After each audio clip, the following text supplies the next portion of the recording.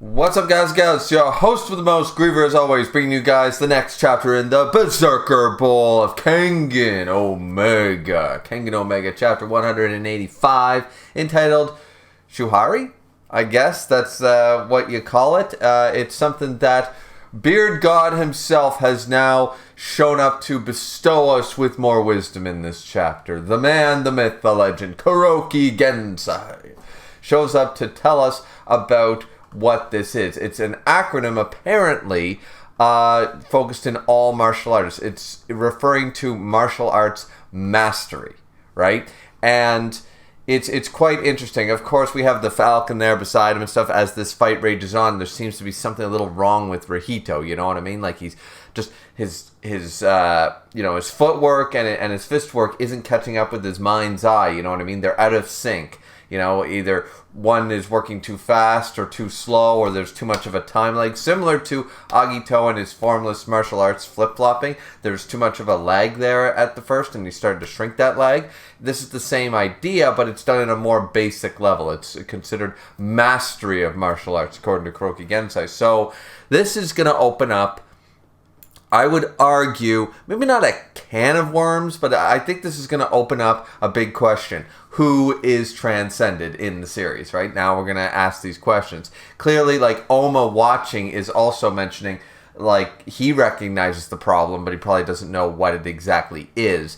So there's another example. Is Oma at a transcended state? Is Agito at a transcended state? Who is and who isn't, right? Because it seems like that's when you've reached the level of what can be considered a master. You're a master martial artist. Though I find it odd because some of these, the way that this is explained as the fight goes on, and Kuroki Gensai is there explaining it, he says the first stage is for true mastery of martial arts is the first stage. You obey all your master's teachings. That's the shu. And then the ha part is the next stage is the digressive stage, in where you incorporate other teachings and other techniques.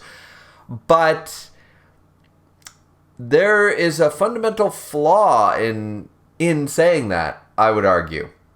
Maybe not so much within the bounds of Kengan Omega, but in the bounds in general. But even in Kengan Omega, can we honestly think of some characters that did not do the digress part? Like, I'm not sure if this is a translation issue or something like that, but I would be more into the idea of then learning the faults of the style, learning, like, how to better your style, how to defend against different styles. Like when Waka was training himself against, because of his loss to the Nico style, he's training specifically to be able to counter the Nico style. That's still within the bounds of his karate. That's not him learning from someone new. Learning from someone new, this is basically explaining what Koga does, right?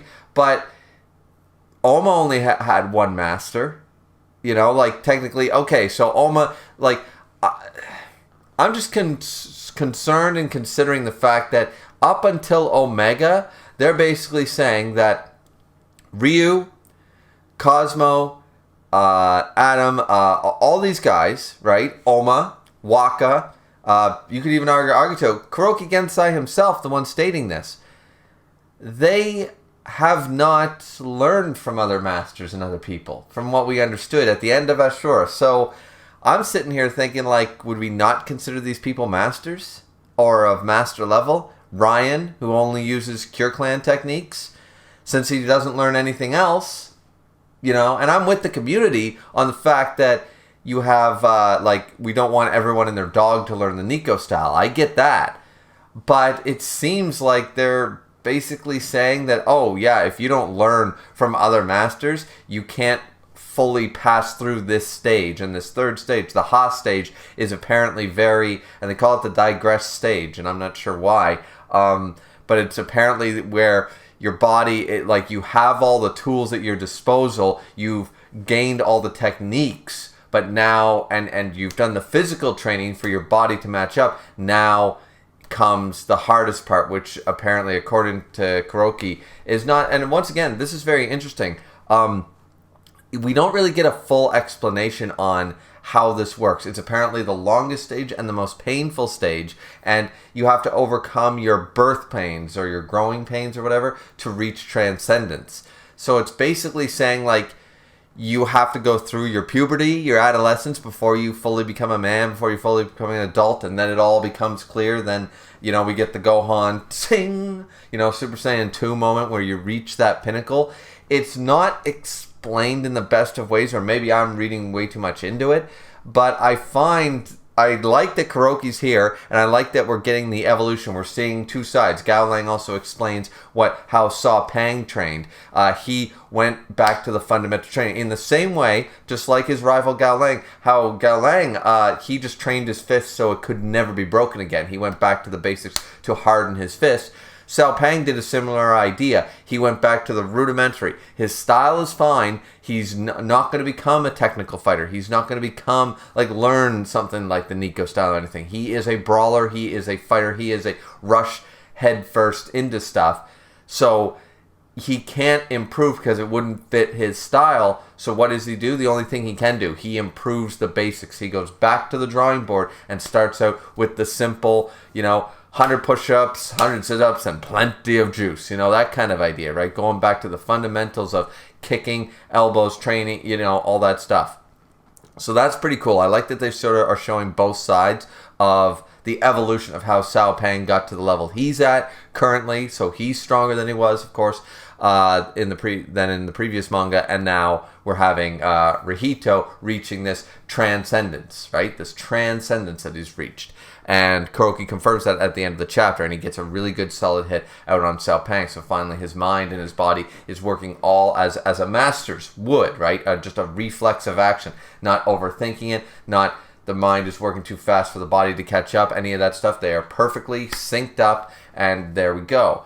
But as I said, and that's cool for this chapter, because I'm not sure still, it doesn't mean that Rihito's going to win, by any stretch. This fight could still go either way, in my opinion, but we are getting the confirmation that he has officially become a master. Now, a lot of people are probably going to have an issue with this. Is Rihito the level of master? Well, of course, even within masters, you're going to have different tiers within masters. If you want to use something, look no further than something like the captains of Bleach, right? Look no further than that. They're all captain class, but there are some captains that are far stronger, some are far weaker, right? You still have ranking within that tier, so it's all good that Rihito has finally become a master martial artist, working under Kuroki Gensai and stuff like that. We're seeing his evolution of growth. I just think that there's a bit of an issue with the way this is explained, but once again, maybe I'm reading too much into it, and clearly from the panel, it is giving the idea that, you can't reach mastery of martial arts without learning from different masters. And once again, I have a fundamental problem with that. I truly do. I don't think that's necessary. I think you need experience fighting multiple styles, You have to be able to fight, you have to learn to adapt and be able to fight against different styles and different ways of fighting to truly have the grounded experience. And I agree with that. But I find this a fundamentally flawed statement, especially for a fighter manga where we know for a fact that there are multiple fighters that only have one master. Cosmo only has one master, learned from one person. Alma only had one master, Nico. Ryan only learned Cure Clan techniques. One master.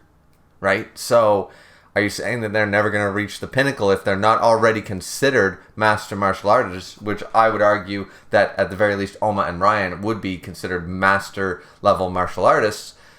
According to Kuroki, they can't be because they never went through the digressive stage. Once again, I like the chapter. This is going all over the rails. I did really like the chapter, though. I liked the chapter. I liked that we got to see Gensei again. I liked the way the battle is ebbing and flowing with Rihito, reaching his stride, and Sao Pang, going in hard and that kind of idea. They're having a slugfest, and I don't expect it to be a technical fight. I do expect it to be, a slugfest between these two. They are brawlers. That's their styles, right? So I did like that. maybe some people won't like the fact that Rihito's fingers, while fucked up, weren't broken. But once again, his fingers and that forehead are still like that was the idea. Spear versus spear, remember? So we were told it. It's no different than Gao Lang's fist. He could probably take the hammer of Burma with his friggin' fist, because that fist has been so conditioned now. And we know for a fact that Rihito conditions his hands and his fingers. Kuroki Gensai's Devil Lance. Very conditioned fingers, right? And palm and stuff. So, yeah, so I'm totally fine with the fact that they didn't break, but even Rihito's like, yeah, I don't want to do that again, because, that is one thick fucking skull. So there is that. I don't think there was much else to talk about for this chapter, though. Just, as I said, we have the explanation of how Cao Pang went back to the basics, and we have this whole idea of this Shuhari thing, which is the transcendence to going from a skilled martial artist to a master class, to a master level, and you need to go through this. And as I said, Rihito has a very Super Saiyan Gohan, ting, Super Saiyan 2, moment, smashes Cao Pang in the face, and Kuroki says, "You've arrived at transcendence." So now Rihito is officially, by the canon of the manga, a master martial artist. So some people are going to like that, some people aren't. I think it's fine. We've been 2 mangas with this guy now. We've seen him evolve. I'm good with it. And once again, it doesn't mean he's top of the verse. It just means now he's in the conversation of masters, even if he's on the lower tiers. It doesn't mean that he's still not a master, I guess. So, but yeah, my only problem with the chapter is, as I said, I don't like that ha section of Shuhari, of explaining how one becomes a master martial artist. It could be a translation thing. Maybe the original, had it was just told to us different, like in the original. I don't know. Once again, this is the only translation. There is no official that I know of, so this is the translation we're gonna have to go off of. Or maybe this is official. I have no idea. But the fact of the matter is that, yeah, that's opening a can of worms, I think. At least for me. But anyway, that's the chapter review, guys. What did you guys think? I thought it was an okay chapter, and I still think this is anybody's game. Rihito could win, or Cao Pang could still win. I don't know. But as I said before, with the bets going on, if Rihito does win, I'm betting on him taking the title of Berserker Bowl champion. So we'll, regardless the outcome of Ryuki versus Koga. So with that being said, hope you guys enjoyed. Like, comment, and subscribe as always. We will see you guys back here next time for some more Kengan Omega Chapter 186. Maybe that'll be the end of the fight. It could be up until 187. I'm still holding out that this fight might not be over as of next chapter, but it could be. It certainly could be. So that being said, what do you guys think of the fight so far? And we'll see you back here next time. Bye-bye.